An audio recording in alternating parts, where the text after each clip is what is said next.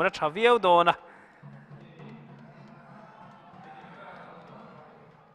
MLS FC làm cho tỷ rồi cho phải thấy viêu thôi à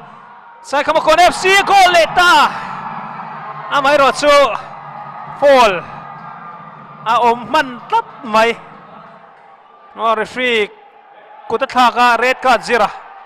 match mà sa red card kan mu to tun trumpo red card kan mu le ta zero kha cho chú lâu referee van nam sok mày à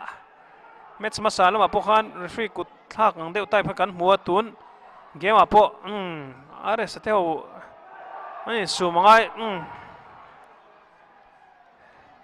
goal an khung khan ta na poimo sia a bo ro ka sang lo thei lo zira red card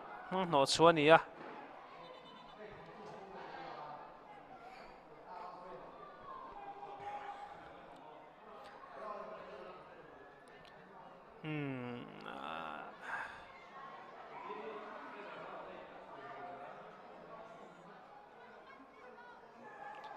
zira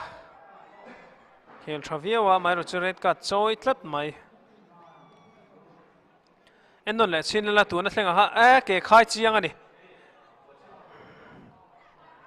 ke kha khai sang theta khu pa khana loi thadeu ni na langa referee thutuk na siam sual lem lo ni kha